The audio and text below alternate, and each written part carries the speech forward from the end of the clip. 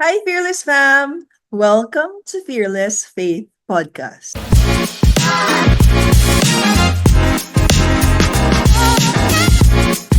Together with me is our very special guest from retired VP and GM, General Manager of Great Food Solution of San Miguel Foods Incorporation, to CFL Storehouse Committee Head.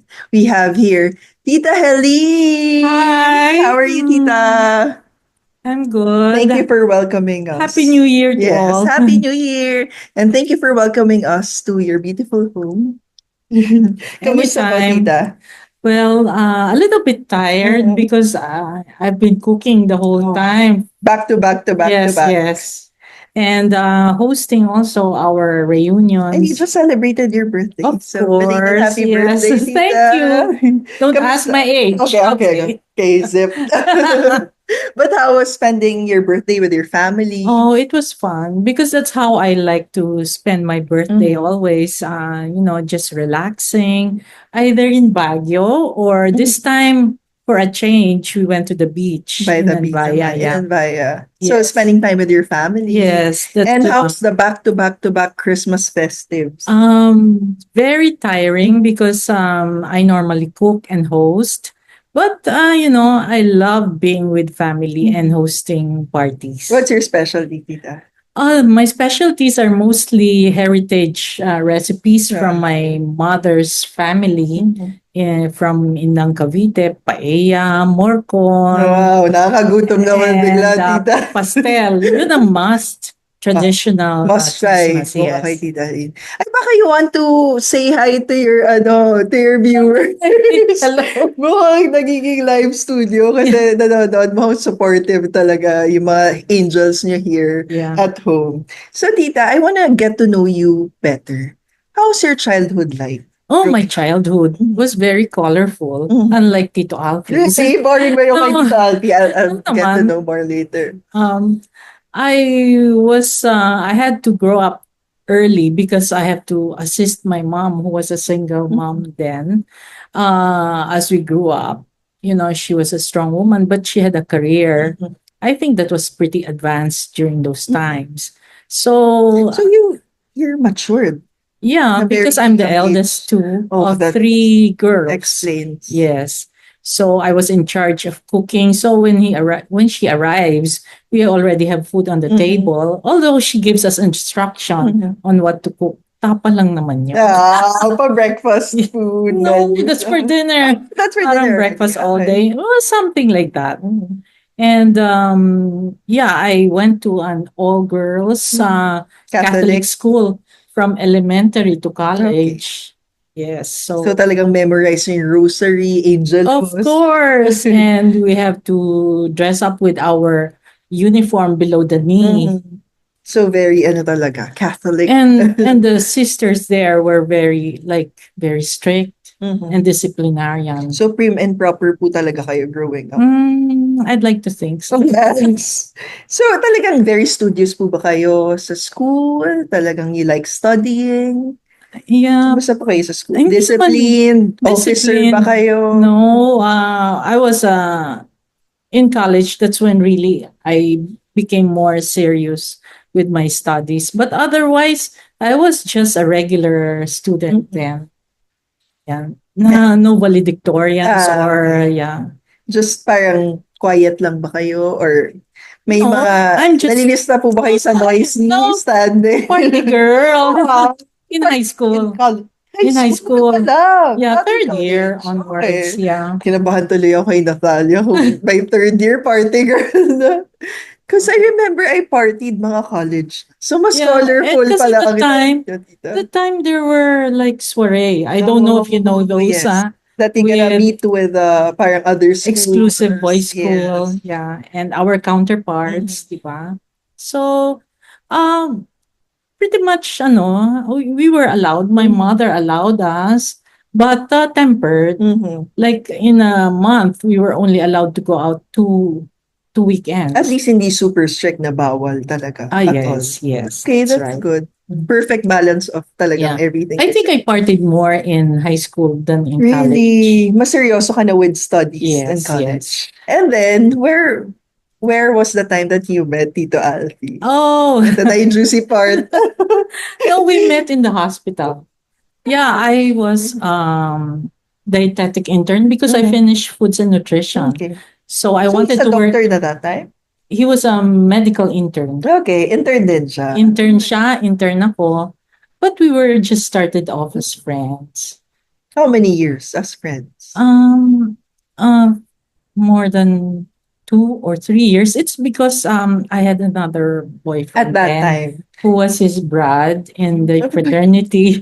So and friend also. So he gave respect naman, di Okay, ba? of Hindi naman course. Of nanulot. course, of course. Pero naghihintay. Yan yung mga And tinatawag sa nung generation namin na abangers.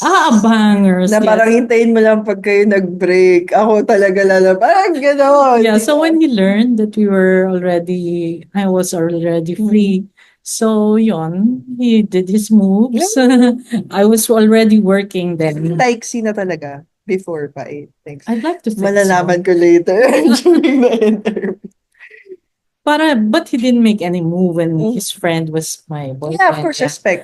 Yeah. Tito Alfie, very gentle. Abangar lang. Abangers or term. So, yon. And then how's your community life? Can you Ah, tell us more about like the first time been in the community? Ikaw ba yung tipong tita na gusto mo talaga? You're the type na gusto mo sa community? no.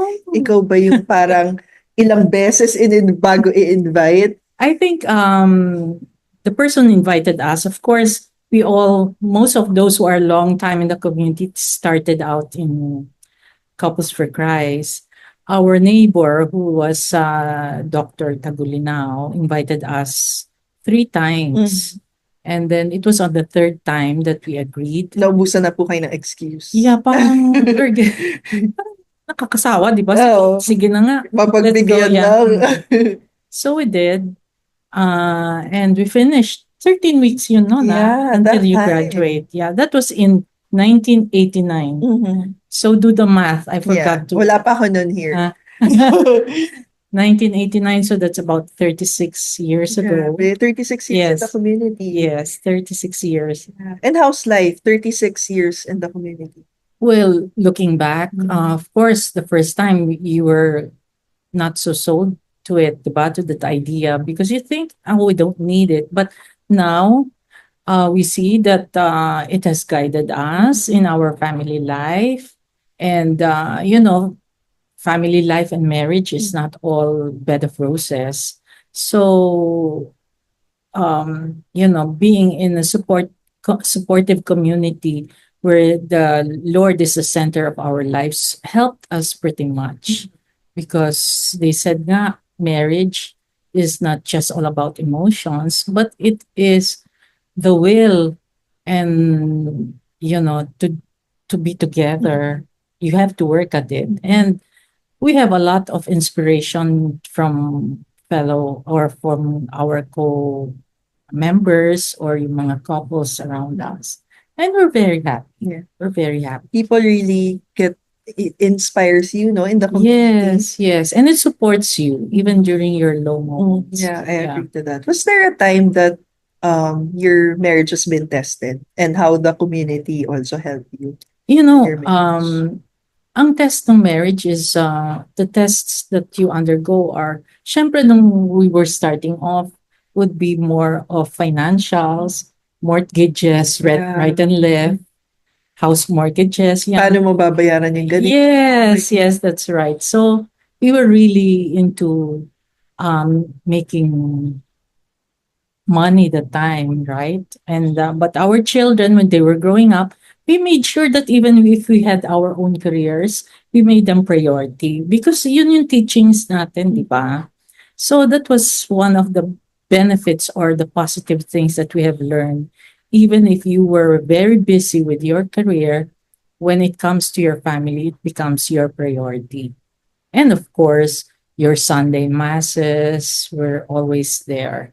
Never too tired for them. Yun. And of course, attending our weekly household Households. meeting. Yeah. Grabe na you hear each other's prayer intentions. Yes. Tapos biglang maririnig mo yung mga answered prayer ng Yes, mga that's other right. household And it's very inspiring. Yes, Really. their And stories also. it gives you hope, Yeah. di ba? Yung problema mo na akala mo ang bigat-bigat na tapos pag maririnig mo yung ibang Exactly. problema. And the Lord in His perfect time Mhm. is able to, resolve them. Mhm. Yeah. Tita, baka you also want to invite them for the upcoming 10th conference? Yes, this is for the members, right? Yes. But before that, I would like to invite whoever is watching right now to join the community. Catholics for Family and Life is very family centered, and it will really help you a lot in your journey as a Okay. couple. Not only as a couple, but the singles, youth. We start out young, di ba? And we are supported by like-minded, Christ-centered people. And for those members already who are out there, let's all go to our community conference this January 24 and 25.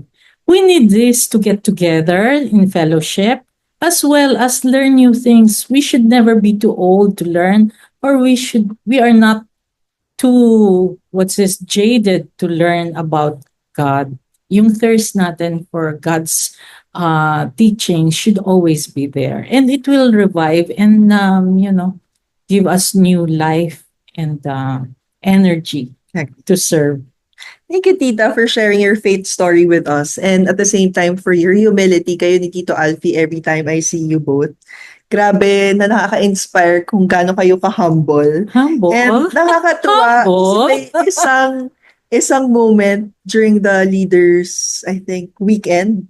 And then I saw how proud you are as the CFL Storehouse Committee head. I mean, after all the titles that you had, pagiging retired and all those job descriptions, di ba? Nakaka-inspire. Well, it's our service and giving back to the Lord in Mhm. service. Again, thank you so much. Thank you. Keep up what you're doing. Yes. Thank you.